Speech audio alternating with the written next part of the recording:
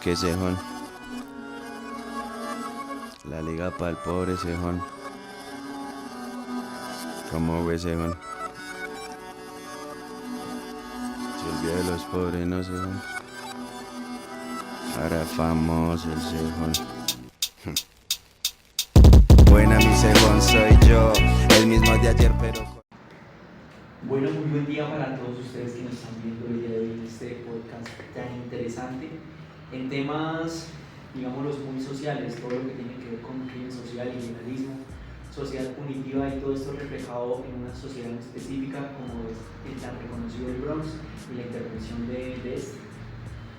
Sí, básicamente aquí lo importante a tratar el día de hoy es cómo a través de una teoría, en este caso del autor Michel Foucault, vamos a entender primero esos asentamientos teóricos para luego abarcar sobre cómo se materializa esa doctrina.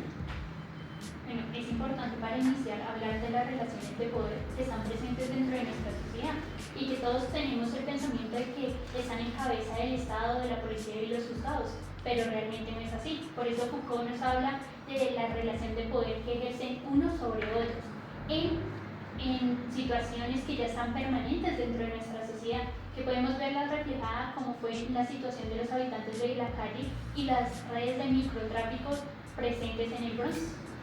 No, y mira que hay algo muy interesante que tú dices, Estefa, sobre Foucault y él también habla respecto del tema de la sociedad punitiva, ¿no? Que la sociedad punitiva es cómo nosotros como sociedad excluimos muchas veces a unas personas por unos paradigmas o estigmatizaciones que se le hacen, tal vez por el hecho de ser habitantes de calle, consumidores de drogas, y algo también muy interesante sobre el artículo central de este podcast es cómo todo ese tema de la migración y muchas personas de otras partes han sido estigmatizadas en lugares marginales de la ciudad de Bogotá, ¿no? Entre ellos pues el Bronx, que nosotros hablábamos sobre el tema, y Foucault también hablaba sobre un tema muy interesante que es la exclusión y la transgresión, que en eso se centra todo, excluir a la gente.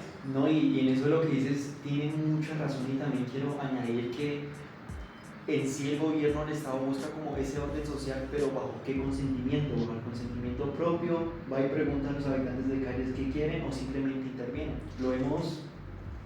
No, claro, y lo que tú hablabas de la exclusión en cuanto a las instituciones, lo que pasa es que las instituciones son las que ponen los estándares sociales, los cuales los individuos se tienen que como acoplar, y por tanto también se habla de la inclusión, que esta inclusión se da, digamos, las normas que restringen la sociedad, y asimismo, para uno estar incluido en esa sociedad normal, la que nosotros normalmente llamamos, tenemos que cumplir las normas, tenemos que estar acondicionados a ciertos estándares. Y Foucault hablaba respecto de las personas comúnmente llamadas como locos, que eran internados en instituciones psiquiátricas al no ser normales en cuanto a los ojos de la sociedad. Sí, yo creo que en cuanto a tener en cuenta qué pensaba el autor y esta teoría sobre la sociedad punitiva, es muy importante establecer también sobre esa materialización, lo que venimos hablando, ¿no? Cómo en la sociedad viviente uno puede observar que se hace ese tipo de exclusión. Por ejemplo, para contextualizar un poco, Colombia, que históricamente ha sufrido mucho de violencia, pues se ha visto abarcada, y bueno, a través de los diálogos de paz se vio este conflicto en auge. ¿Por qué? Porque por la concepción que se tiene a la actualidad de justicia, pues en sí no se logró reinsertar a esos excombatientes. Por tanto, ellos tuvieron que empezar a migrar hacia el centro de la ciudad, hacia el centro de Bogotá. Y como quieren ser incluidos, al ser excluidos, es que se presenta esta relación entre justicia, transición, crimen y territorio. Ahora, abordando lo más desde el territorio, nuestro país siempre ha estado marcado por hechos de violencia, ¿no? Lo podemos ver desde la colonia, cómo desde la colonia empieza este desplazamiento de las personas desde el campo a la ciudad, donde principalmente se concentraron en el barrio Santa Inés en Santa Fe, Bogotá, porque era un barrio próspero, donde estaba el tren de la Sabana, donde estaba el comercio, y cómo la construcción de avenidas empezó a separar este barrio del centro de la ciudad y haciéndolo un centro que después se volvió el centro del terror, como fue muchas veces definido el Cartucho, porque se presentaban situaciones que estaban tan alejadas de la sociedad que permitía que se siguieran permaneciendo en el tiempo. Y que si tú vas al centro, ves la zona de Tercer Milenio, el Cartucho y todas esas situaciones, y se presentan muchos como lugares que antes eran bonitos. Por ejemplo, allá antes quedaba la Facultad de Medicina de la Universidad Nacional. Tú ves la infraestructura y es una infraestructura colonial francesa del siglo XV y es muy bonito, es muy lindo, pero la transformación que tuvo, como tú muy bien decías, el barrio Santa Inés, en lo que se volvió el Bronx, el Cartucho y demás, fue tremendo. Como la demolición de una iglesia marcó el inicio de una gran separación social y de que muchas personas terminaron en condición de calle. No, y es que si vemos todo lo que ustedes han dicho, tiene que ver con unos ciclos repetitivos. En una frase muy icónica se podría decir que el pueblo exige paz, pero lo que más quiere es guerra. ¿Y cómo quieren reconstruir a son de qué? De una guerra de todos contra todos. Vemos que los ciclos repetitivos siguen. Se habló del Cartucho, después se habla del Bronx y después se está hablando también del Samber, ¿no? Entonces vemos que esos ciclos se siguen repitiendo y repitiendo. Bueno, y otra cosa importante de lo que hablaba Estefa, del desplazamiento que ha sucedido en nuestro país desde tiempos inmemorables.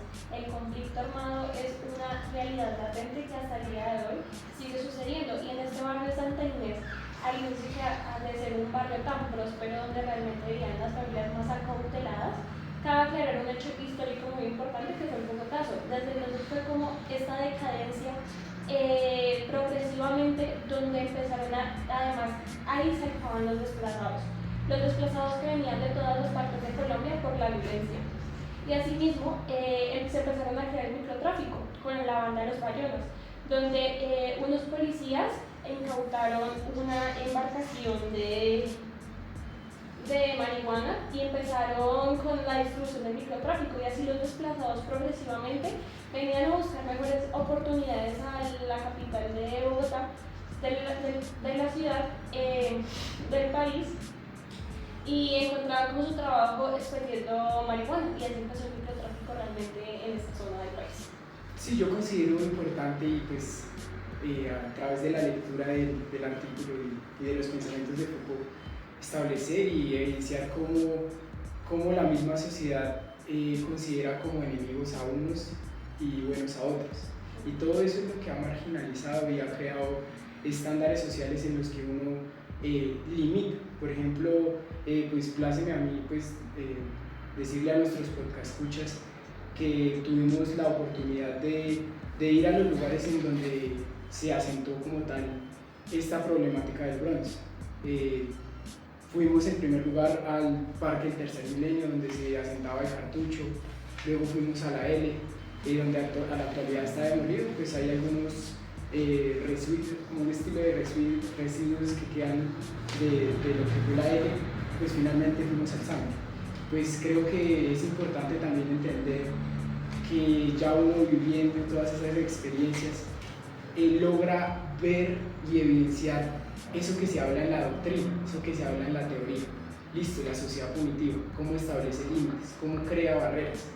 Por ejemplo, en el Parque del Tercer Milenio, nosotros entramos al Parque del Tercer Milenio y evidenciamos cómo el mismo parque crea barreras, crea límites. Barreras metálicas. Eso. Todo el parque está súper bonito, súper adecuado, pero tiene unas rejas. ¿Y que hay a través de la periferia de las rejas? Está toda la problemática. Porque siento que el concepto de justicia no se ha sabido entender, y la justicia y lo que han hecho los gobiernos de Bogotá en cuanto a las intervenciones del Bronx han sido solamente intentar embellecer la ciudad, pero no han atacado en sí, y se considera el enemigo del consumidor, y al que expende la droga, eso no lo consideran mal. Entonces es algo que anotar. Muy buena el aporte de Michael, retomando su idea. Es importante hablar de esta intervención del Cartucho, ¿no? Que eran 28 manzanas, algo relativamente macro a lo que se convirtió el Bronx, porque el Bronx era una L. Pero como la idea de Enrique Peñalosa, actual alcalde en este tiempo de la desmantelación del Cartucho también, que fue el protagonista de la desmantelación del Bronx, como esa idea de renovar urbanísticamente, ¿no? Acá quiero hacer un aporte que hizo Hugo Acero, quien fue subsecretario de seguridad en la primera alcaldía de Enrique Peñalosa, señala: el Bronx era un jardín infantil frente a lo que era el Cartucho, era algo micro frente a lo que era ese lugar. Acero recuerda que cuando hicieron la reunión para acordar y planear la desmantelación del Bronx, él le dijo al alcalde: si intervenimos el Cartucho se va a regar. Y el alcalde no lo dejó terminar y le dice: Hugo, usted no entendió, no le estoy preguntando, le estoy dando una orden. Entonces, en esta situación también vemos la teoría de la exclusión y la inclusión, ¿no?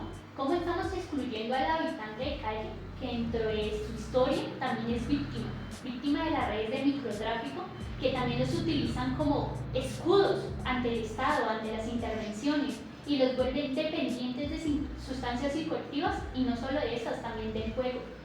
En la experiencia que vivimos en nuestra visita al Bronx, al Parque Tercer Milenio y el Samber, vemos también esta teoría de exclusión e inclusión aplicada en nosotros como ciudadanos, porque podemos evidenciar cómo los habitantes de calle, al vernos diferente a ellos, nos excluyen, y está la mirada juzgadora de son diferentes, no pertenecen acá. No, y que mira que eso es algo que se ve en todo Bogotá, ¿no? O sea, yo creo que Bogotá es una de las ciudades donde más estigmatización hay dentro de un mismo territorio, que no es ni tampoco tan grande. Pero tú vas al norte, genial, súper tranquilo, relajado. Pero tú pasas después de la calle 32 y el ambiente empieza a cambiar por completo. Entras al centro de la ciudad, llegas al Tercer Milenio, llegas al Bronx, que eso es ahí cerquita. El Samber, que ahora es la nueva olla que se formó. Y empiezas tú a ver cómo cambia absolutamente todo, cómo la ciudad empieza a tornarse en un sitio oscuro, gris.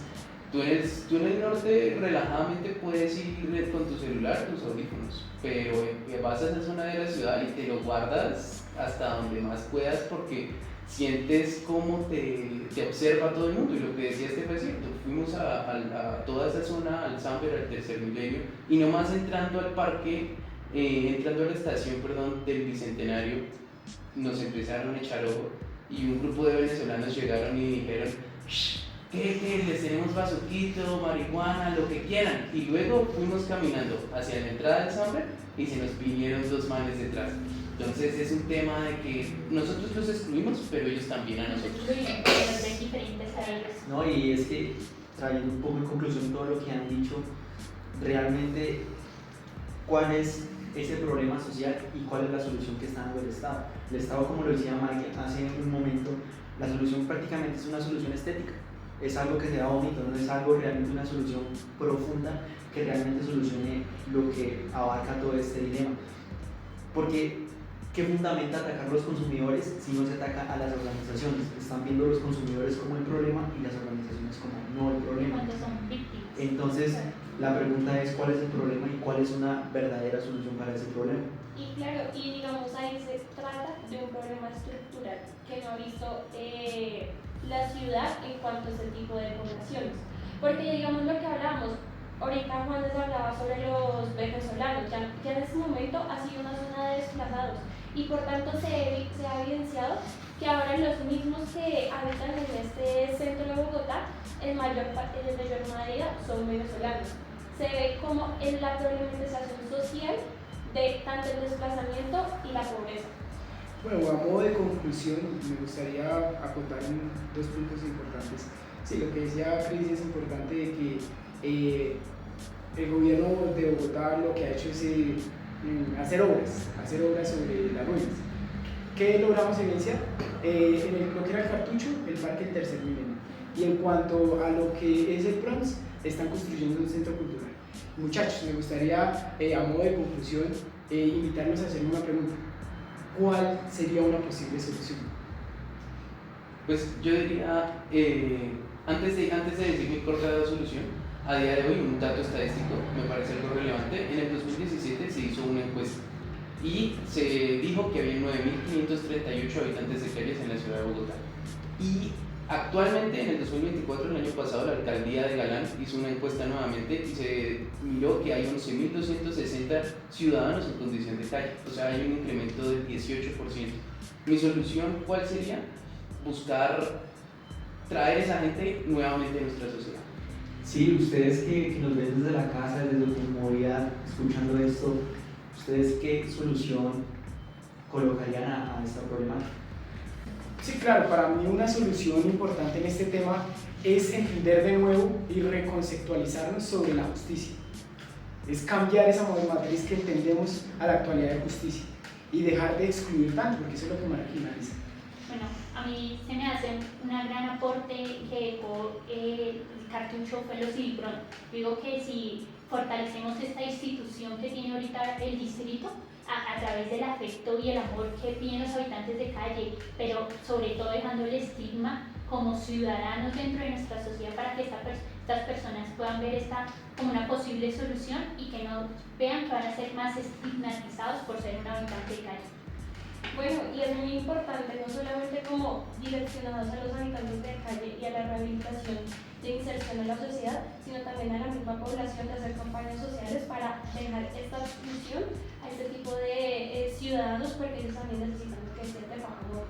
Y en muchas entrevistas ellos mismos decían, yo estoy aquí porque me hace falta amor. Bueno, y de esta manera finalizamos nuestro podcast en el que pues, el tema a tratar fue la crítica que se hace a esa intervención que se realizó en el Bronx y tener en cuenta también esa relación que existe entre justicia, transición, crimen y territorio. Muchas gracias. Muchas gracias. Tantas cosas de mí, pero mira quién lo ha dicho y quién es quien para poner al otro a juicio. Si los tiempos cambian para todos hay precipicio.